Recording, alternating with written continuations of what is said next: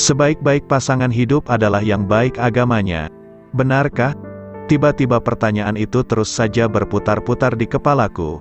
Keraguan perlahan merasuk ke dalam relung hati. Bukankah Dr. Andra seseorang yang baik agamanya? Tapi kenapa dia tidak bisa memperlakukan aku dengan baik? Aku istrinya yang baru dia nikahi 2 hari yang lalu. Namun dengan teganya dia malah pergi meninggalkan aku sendirian di kamar hotel ini. Aku tahu dia hanya pergi untuk sementara, tapi tetap saja hal itu membuatku sakit hati. Andai saja wajah ibu tak terbayang di pelupuk mata. Ingin rasanya aku mengakhiri semua ini. Aku ingin pulang, mengadukan semuanya pada ibu kalau ternyata Dr. Andra bukanlah suami yang baik. Dia menyakitku. Dia mengabaikan keberadaanku. Tapi tentu hal itu tidak bisa aku lakukan. Itu akan membuat ibu sedih. Biarlah luka ini hanya menjadi milikku. Perlahan aku merebahkan tubuhku di atas lembutnya kasur. Kupejamkan kedua mata, berharap rasa kantuk akan segera menelanku dalam ketidaksadaran. Mungkin dengan tidur rasa sakit yang mendera hatiku akan sirna. Namun ternyata tebakanku salah. Saat memejamkan mata, bukan rasa kantuk yang menyapa, tapi rasa sakitlah yang datang menghujam jantungku. Apa yang telah terjadi beberapa jam yang lalu kembali menyapa ingatanku. Dia keluar dari kamar mandi. Tak ada senyum yang terlukis di wajahnya. Tentu tak ada juga kata maaf yang dia ucapkan meskipun aku telah meminta maaf dan menjelaskan semuanya padanya. Dia hanya diam, bahkan tak mau menatap ke arahku. Maafkan aku, Mas. Aku janji tidak akan mengulanginya lagi. Untuk kesekian kali aku kembali mengucapkan maaf padanya, tapi dia tetap tak acuh padaku. Hingga tiba-tiba dia meraih mawar biru yang masih tergeletak di atas nakas. Bunganya sangat cantik. Apa itu untukku? Aku tahu, sangat tahu kalau bunga itu bukan untukku. Karena kalau memang itu untukku pasti sudah dari semalam dia memberikannya padaku. Lantas kenapa aku tetap mempertanyakan apa yang sudah kutahu jawabannya? Aku hanya ingin dia menjawab pertanyaanku. Ya, aku ingin dia berbicara padaku. Aku tidak ingin dia mendiamkanku. Maryam, ayo ikut papa. Dia kembali mengabaikanku. Tangannya terulur ke arah Maryam yang masih asyik menonton kartun.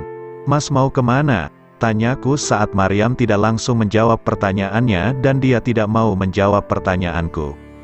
Kita mau kemana papa? Maryam mengajukan pertanyaan yang sama denganku. Kita jalan-jalan. Seketika hatiku hancur. Dia mau menjawab pertanyaan Maryam tapi enggan menjawab pertanyaanku. Hore jalan-jalan, Maryam langsung menyambut uluran tangan Dr. Andra. Senyumannya yang menggemaskan menghiasi wajahnya yang cantik. Ayo mama naik kita jalan-jalan. Maryam mengulurkan tangannya yang terbebas dari genggaman tangan Dr. Andra ke arahku. Aku yang hendak menyambut uluran tangan Maryam kembali ku urungkan saat Dr. Andra mengatakan kalau mereka hanya akan jalan-jalan berdua. Mama naik enggak ikut? Tanya Maryam. Dr. Andra menggeleng. Kenapa? Karena Dr. Andra menghentikan ucapannya. Aku tidak tahu jawaban apa yang akan dia berikan pada Maryam. Kenapa mama naik enggak boleh ikut? Papa? Maryam mulai merengek, matanya sudah terlihat berkaca-kaca, siap untuk menangis. Aku langsung berlutut di depan Maryam, menjajarkan tinggiku dengannya. Mama enggak bisa ikut karena mama harus istirahat. Sayang, ucapku.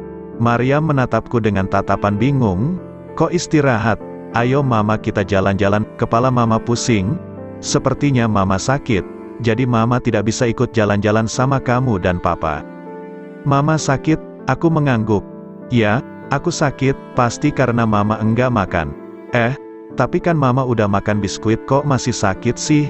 Aku tersenyum mendengar segala celotehan yang terucap dari bibir mungil Maryam. Mama juga tidak tahu. Sayang. Ya udah kalau gitu Maryam enggak mau jalan-jalan. Maryam mau menemani mama aja. Mama kan lagi salut.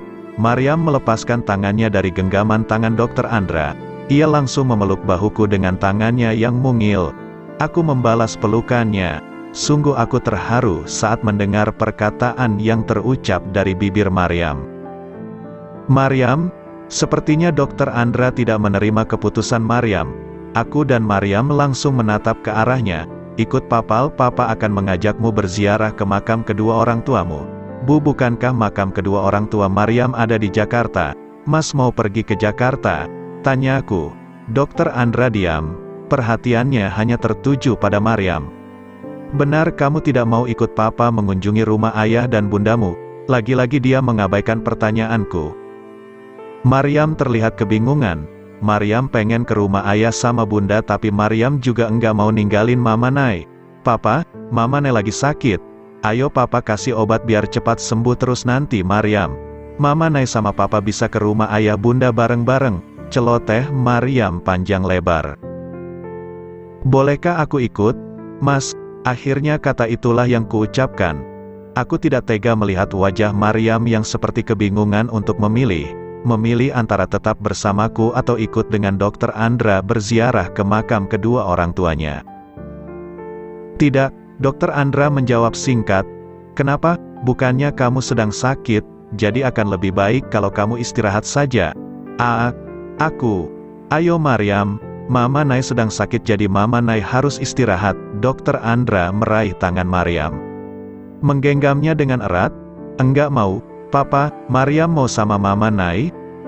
Aku langsung berusaha menenangkannya saat Maryam mulai menangis. Kap, sayang, jangan nangis, masa anak Mama nangis?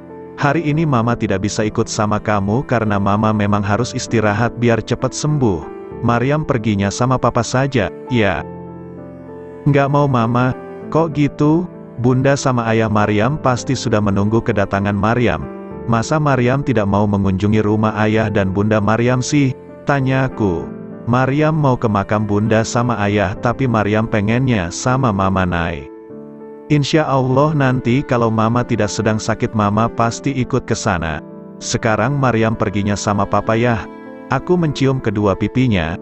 Akhirnya Maryam mau pergi dengan Dokter Andra setelah ku bujuk terus-terusan.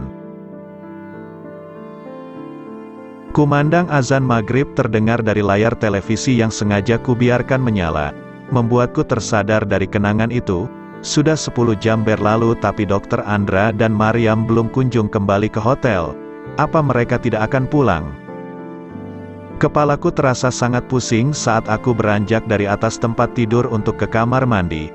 Lantai yang aku pijak seakan bergoyang. Aku kembali mendudukkan tubuh di atas pinggiran kasur, berharap rasa pusing yang kurasakan segera mereda. Kutarik napas dalam-dalam tapi hal itu malah membuatku merasa mual. Meski pusing masih kurasakan, aku memaksakan diri berjalan ke kamar mandi untuk mengeluarkan apa yang kini menyakiti tenggorokanku. Hampir setengah jam aku mendekam di kamar mandi untuk memuntahkan apapun yang sepertinya masuk ke dalam perutku. Bila ada ibu, pasti ibu akan memijit tengkukku dan membalurkan minyak angin ke tubuhku yang kini terasa dingin. Aku ingin pulang. Haruskah aku pulang? Sepertinya Dokter Andra dan Maryam tidak akan kembali ke hotel. Tapi bila aku pulang, ibu pasti akan mempertanyakan tentang keberadaan Dokter Andra dan Maryam. Haruskah aku merangkai sebuah kebohongan agar ibu tidak merasa sedih? Astagfirullah, cepat-cepat aku berwudu saat sadar kalau waktu maghrib tinggal sebentar lagi. Saat salat, aku tak bisa membendung air mataku. Jarang sekali aku menangis dikala tengah melaksanakan salat. Aku tak pernah menangis meskipun mungkin surah yang tengah kubaca adalah tentang pedihnya siksa neraka. Kenapa? Karena aku tidak mengerti apa yang tengah kubaca. Aku hanya membacanya tanpa tahu artinya. Aku salat hanya untuk menggugurkan kewajibanku sebagai seorang muslim. Rasa malu memenuhi hatiku di saat aku bersujud. Sungguh aku malu. Hanya dikala sakit kurasakan aku merasa begitu membutuhkan Allah. Hanya Dia tempatku menggantungkan harapan. Hanya Dia tempatku memohon pertolongan. Hanya Dia tempatku mengadukan segala kesakitan yang kini aku rasakan. Dialah segala-galanya, namun tanpa sadar ternyata selama ini aku sering melupakannya. Aku sering menomor sekiankan Ia, padahal segala yang aku miliki adalah miliknya. Dialah yang berkuasa atas segalanya. Ya Allah, Dia menyakitiku. Sungguh Dia yang telah meminangku atas nama-Mu telah menyakitiku. Apakah aku sedang bermimpi? Dokter Andra membelai pucuk kepalaku sambil terus mengucapkan kata maaf. Mau sampai kapan kamu pura-pura tidur? Ayo buka matamu. Sayang, pura-pura tidur. Buka matamu, sayang. Apakah ini mimpi di atas mimpi? Di mana ketika kamu bermimpi sedang tidur? Lalu di mimpi itu seseorang membangunkanmu. Sepertinya memang begitu. Naila, Dokter Andra menyentuhkan jari telunjuknya ke keningku yang sepertinya mengerut karena tengah berpikir keras. Ayo bangun, aku memiliki kejutan untukmu. Kejutan? Dokter Andra telah menyiapkan kejutan untukku. Akhirnya aku membuka mata. Dia tersenyum manis. Dan sungguh senyuman yang menghiasi wajahnya membuat dia semakin tampan. Aku ingin membalas senyumnya tapi kuurungkan saat tiba-tiba hatiku merasakan sakit ketika aku kembali mengingat apa yang telah dia lakukan padaku. Apa kamu masih marah padaku? Tangannya membelai pipiku. Aku memilih diam sebagaimana dia mendiamkanku. Walaupun ini hanya mimpi tapi aku ingin dia pun merasakan apa yang telah aku rasakan. Bodoh. Ya, aku memang bodoh karena hanya mampu balas dendam padanya di dalam mimpi. Naila, aku mohon maafkan aku. Dia meraih kedua tanganku. Aku berusaha untuk melepaskannya namun dia menggenggamnya dengan sangat erat. Lepas mas, aku tidak akan melepaskannya sebelum kamu mau memaafkan segala kesalahanku. Aku melotot padanya. Memangnya mas kira permintaan maaf dapat diterima dengan cara memaksa? Di mana mas taruh otak mas? Tanyaku sengit. Ya Allah, ini hanya mimpi, kan? Kalau ini bukan mimpi sudah tentu aku telah berdosa karena telah berkata kasar pada suamiku sendiri. Terkadang ada beberapa hal yang harus dipaksakan agar tujuan dapat segera tercapai. Tapi tidak dengan permintaan maaf. Aku berusaha keras untuk melepaskan tangannya yang menggenggam tanganku dengan sangat erat, tapi anehnya sama sekali tidak membuatku merasakan sakit. Apa karena ini hanya mimpi? Kata siapa? Dia kembali tersenyum. Senyuman yang menyebalkan. Kata aku, lepas mas, sakit tahu. Dustaku, mana yang sakit? Dia bertanya lembut, genggaman tangannya di tanganku langsung terlepas. Ini, aku menunjuk dadaku. Kamu telah berhasil membuat hatiku terasa sakit. Kamu bilang kamu menikahiku karena Allah. Kamu bilang kita akan bersama-sama meraih ridha Allah tapi nyatanya kamu. Aku langsung menutup wajah dengan kedua telapak tangan saat tangis tak mampu aku bendung. Aku tahu, kamu tidak mencintaiku. Kamu menikahiku karena Maryam. Ketika, aku tidak bisa menjaga Maryam dengan baik, kamu langsung marah padaku. Sungguh mas, andai kata saat itu kamu memintaku untuk menjadi pengasuh Maryam bukan untuk menjadi pengantinmu, aku akan menerimanya. Aku mau menjadi pengasuh Maryam tanpa harus kamu nikahi. Aku akan menjaga Maryam. Aku menyayanginya walaupun tentu rasa sayangku padanya tidak akan sebanding dengan rasa sayangmu padanya. Tapi sungguh aku menyayanginya. Dokter Andra meraih kedua tanganku. Dia kembali menggenggamnya. Tatap aku Naila. Aku menggeleng. Aku tidak mau menatapnya. Naila. Dia melepaskan genggamannya. Kedua tangannya kini beralih ke pipiku. Dia menghapus air mata yang membasahi pipiku, tapi karena aku terus-terusan menangis, pipiku terus saja basah oleh air mata.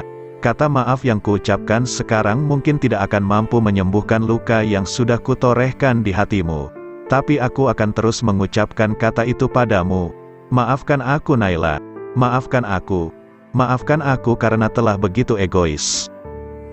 Aku berusaha untuk dapat menghentikan tangisku tapi aku tidak mampu melakukannya.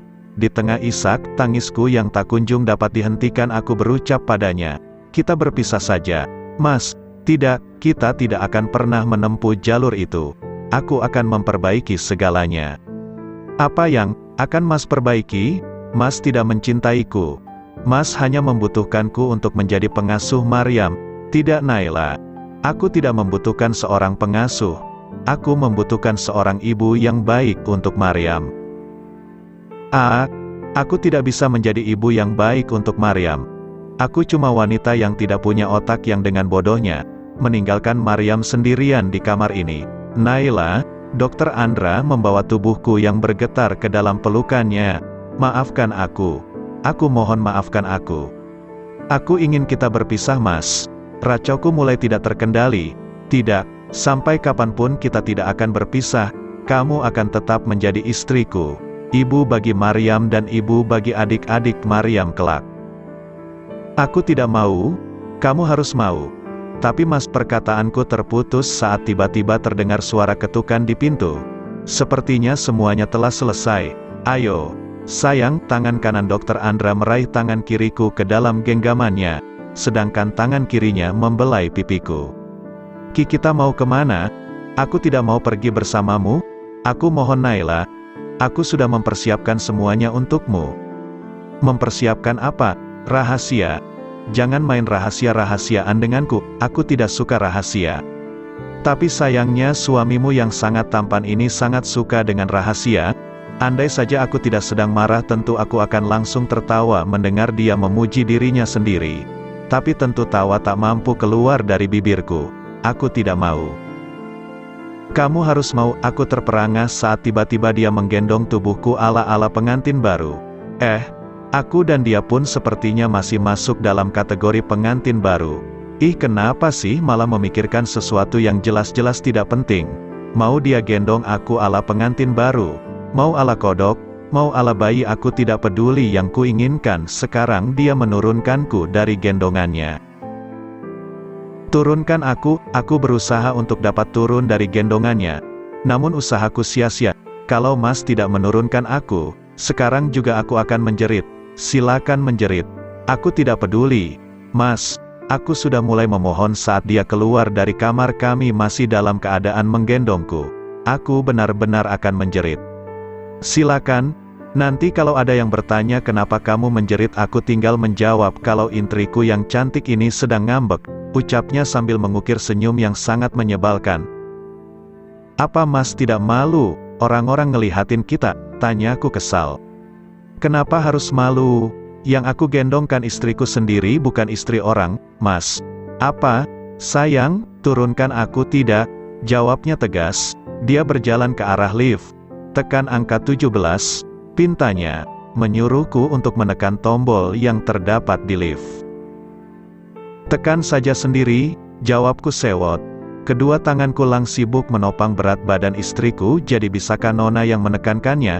Tidak mau? Ya sudah, kalau kamu tidak mau, berarti kita akan terus berdiri di sini hingga ada orang yang mau berbaik hati menekankan angka 17 untuk kita. Mas, aku kembali melotot padanya. Ya Allah, ada apa dengan suami hamba? Di dunia nyata dia sangat aneh. Kadang baik, kadang sadis. Di dunia mimpi ternyata tidak beda jauh. Dia sangat menyebalkan.